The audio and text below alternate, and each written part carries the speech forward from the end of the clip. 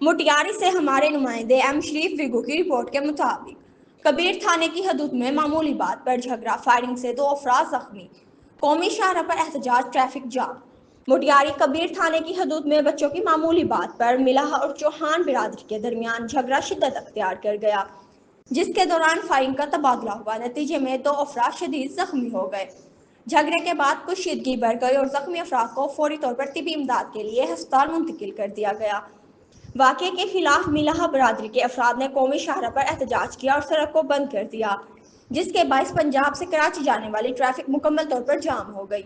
مسافروں اور شہریوں کو شدید پریشانی کا سامنا کرنا پڑا۔ موقع پر پولیس کی بھاری نفری پہنچ گئی، جو حالات کو کنٹرول کرنے اور مظاہرین سے مذاکرات کی کوشش کر رہی ہیں۔